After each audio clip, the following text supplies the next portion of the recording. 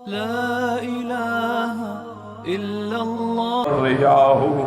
حضور نے فرمایا میں بتاؤں کہ سب سے بہتر خزانہ کیا ہے کہ المرأۃ الصالحہ کے گھر کے اندر صالح بیوی ہو، دین والی بیوی ہو، اور اس کے اندر 3 صفتیں ہونی چاہیے، یاد رکھیں۔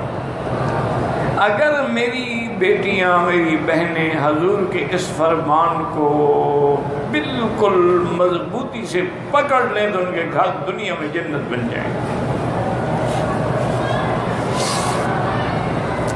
حضور نے فرمایا کہ پہلی کی تو یہ ہے کہ جب خامد آئے، اذا نظر، جب اپنی بیوی پہ نظر ڈالے تو خوش ہو جائے، کہ بیوی خوش ہو کے استقبال کرے، اس کے لیے تیاری کرے، لوگوں کے لیے میک اپ سنگار نہ کرے۔ ہمارے ہاں تو یہ رواج ہے نا کہ شادیوں پہ تو بنیں گے اور سنوریں گے اور جوڑے اور کپڑے اور زیور، لیکن اپنے گھر میں جب بھی ہوں گے تو ہر وقت جو ہے برے حال میں۔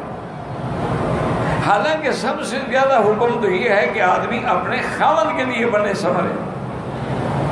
حتیٰ کہ ایک حدیث میں آتا ہے کہ جو عورت سنگار کر کے، غسل کر کے، خوشبو لگا کے گھر میں اپنے خاوند کا انتظار کرتی ہے، خاوند آتا ہے وہ خوش ہو جاتا ہے، فرمایا اس کو اس مجاہد کے برابر ثواب ملتا ہے جو دشمن کی سرحد پہ گھوڑا باندھ کے پہرا دے رہا۔ یعنی مجاہد، جیسے وہ مجاہد دشمن کو روک رہا ہے، یہ شیطان کو روک رہی ہے۔ تو سب سے پہلی خوبی تو عورت میں یہ ہو کہ اذا نظر سرت ہو، جب دیکھے تو خوش ہو جائے، وَإِذَا أَمَرَهَا أَطَاعَتْ ہو، اور جب خامد کوئی حکم کرے تو اس کی تعمیل۔ حتیٰ کہ ایک روایت میں تو یہ سخت لفظ بھی آیا ہے کہ اگر خامد کہے کہ یہ پتھر اٹھا کے اس پہاڑ پہ رکھو، وہ رکھ رہے سے کہ اب ان کو اتار کے پھر یہاں رکھو، تو اس کو کرنا چاہیے کہ اس کے لیے اطاعت ضروری۔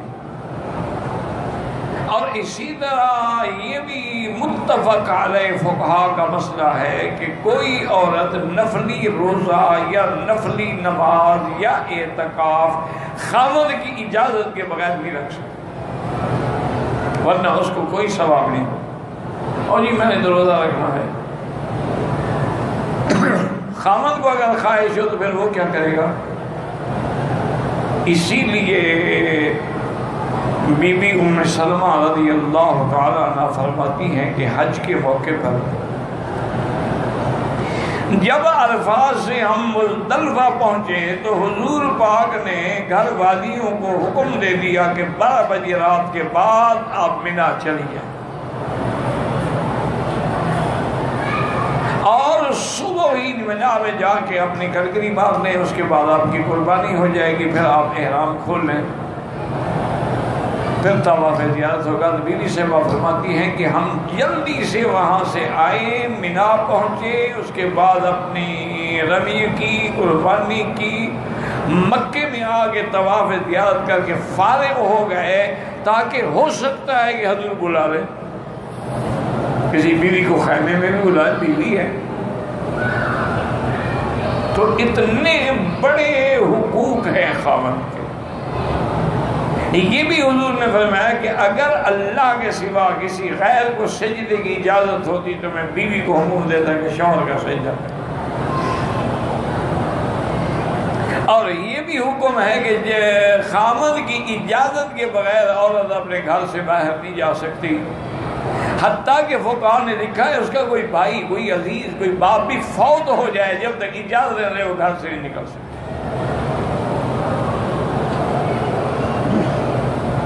اور اس کے بعد حضور نے فرمایا کہ اذا غاب عنہا، جب خاوند باہر چلا گیا، مجاہد ہے، جہاد میں چلا گیا، کاروبار میں چلا گیا، تو اس کی عزت کی بھی حفاظت کرے، مال کی بھی حفاظت کرے، اولاد کی بھی حفاظت کرے۔ یہ نہیں ہے کہ مردوں پر حقوق نہیں، مردوں پر بھی حقوق ہیں، وَلَهُنَّ مِثْلُ الَّذِي عَلَيْهِنَّ بِالْمَعْرُوفِ، جیسے عورتوں پر حق ہے اسی طرح مردوں پر بھی حق ہے کہ اس کے نان نفقے کا، اس کے کھانے پینے کا، اس کے معاملات کا، ضروریات کا، اس کی خوشیوں کا ہر لحاظ سے خیال رکھے۔ تو اس لیے ہمیشہ اگر عورتیں حضور پاک کے اس فرمان کو، یعنی حالانکہ اب حضور کے زمانے میں تو کوئی میک اپ سنگار کیا ہوتا تھا، مساق استعمال کر لیا، سرما پہن لیا، تیل لگا لیا، کنگھی کر، اور تو کوئی چیز ہوتی نہیں تھی، لیکن اس کا بھی اہتمام کرتی تھی بیویاں۔ جس طرح ایک دن حضرت ابن عمر آئے حضرت ابن عباس کو ملنے کے لیے، کوئی مسئلہ پوچھنا تھا، تو رات کافی گزر چکی تھی، یعنی عشاء سے بعد متأخر وقت میں آئے تو دیکھا کہ حضرت ابن عباس غسل کر کے اچھے کپڑے پہن کے خوشبو لگا کے اور بالکل تیار کھڑے ہیں، تو حضرت سمجھے شاید حضرت سفر پہ جا رہے ہیں، باہر کہیں جا رہے ہیں۔ انہوں نے کہا حضرت خیریت؟ فرمایا نہیں، میں کہیں نہیں جا رہا، میں گھر جا رہا ہوں، میں جیسے چاہتا ہوں کہ مجھے بیوی سنوری ہوئی ملے، خوشبو والی ملے، بیوی بھی تو چاہتے ہیں کہ میرا خاوند ٹھیک حالت میں ہو، اگر اس کے کپڑوں سے بدبو آ رہی ہو تو بیوی کیا کرے؟ پھر تو نفرتیں پیدا ہوگی۔ اسی طرح ایک بدوی عورت تھی، بڑی سمجھدار تھی، اس نے جب اپنی بیٹی کی شادی کی تو اس نے بیٹی سے کہا کہ بیٹی میری بس صرف ایک نصیحت ہے کہ تیرے بدن سے، لباس سے، کیفیت سے تیرے خاوند کو کبھی کوئی بدبو محسوس نہ ہو،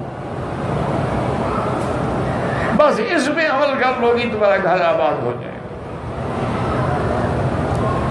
اب ہمارے ہاں تو آپ نے دیکھا نا، دیہات میں حیض کے کپڑے پڑے ہوئے ہیں، کپڑے لٹکے ہوئے ہیں، بدبو آ رہی ہے۔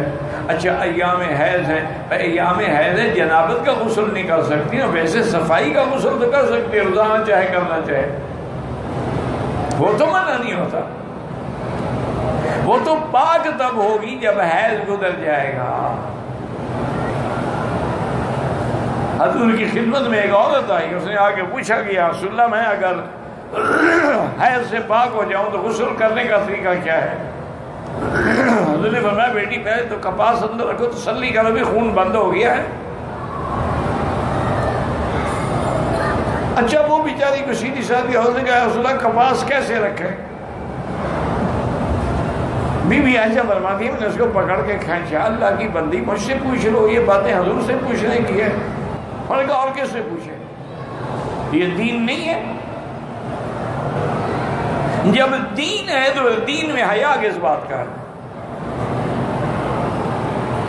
اللہ لا یستحی من الحق، اللہ حق بیان کرنے میں استحیا نہیں فرماتے، تو بندی کا کیا ہے؟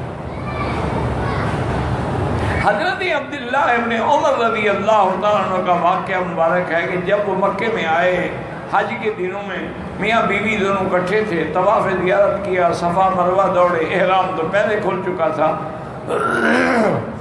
جب وہ واپس اپنے خیمے میں مینا میں پہنچے تو بیوی سے کہا کہ مجھے خواہش ہے، کہا اللہ کے بندے میرے بال نہیں کٹوائے۔ تو جب تک آدمی بال نہ کٹائے وہ تو احرام سے نکلتا نہیں، میں تیری خواہش کیسے پوری کروں؟ حضرت عبداللہ فرماتے ہیں میں نے کہا ادھر قریب ہوگی تو اس کے بال آخر میں میں نے دانتوں سے پکڑ کے کاٹ دی۔ میں نے کہا اب تو کٹ گئے؟ میں نے کہا ہم تو کٹ گئے۔ وجہ کیا ہے کہ ان لوگوں کو حلال میں شرم نہیں تھا، ہمیں حرام میں شرم نہیں۔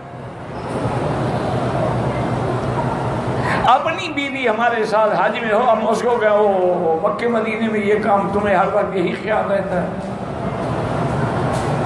پاک مقام ہے، پاک جگہ پہ، ابھی پاک جگہ ہے تو یہاں جتنے بچے پیدا ہوتے ہیں بغیر میاں بیوی کے ملنے سے پیدا ہوتے ہیں، آسمانوں سے گرتے ہیں،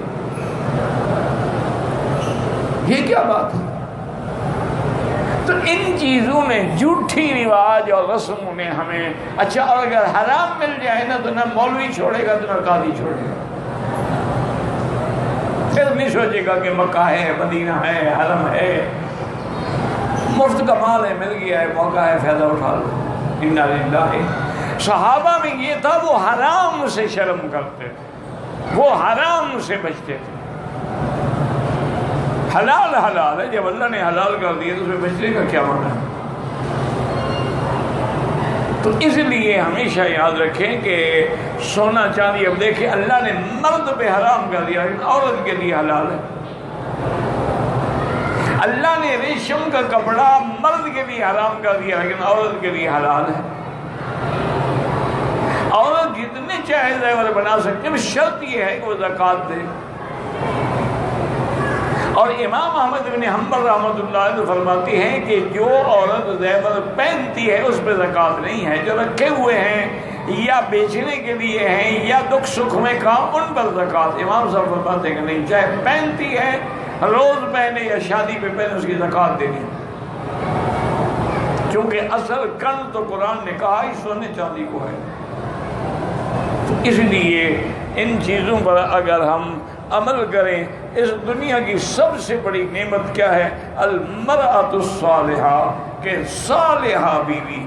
اور صالحہ کون ہوتی ہے؟ جس میں صلاح ہو، جس میں شر نہ ہو، جس میں فساد نہ ہو، جو بد دین نہ ہو، جو بد زبان نہ ہو، جو بد خلق نہ ہو، دین کی پابند ہو، نماز روزے کی پابند ہو، حلال حرام کا خیال رکھنے والی ہو، وہ مرأۃ صالحہ ہوگی۔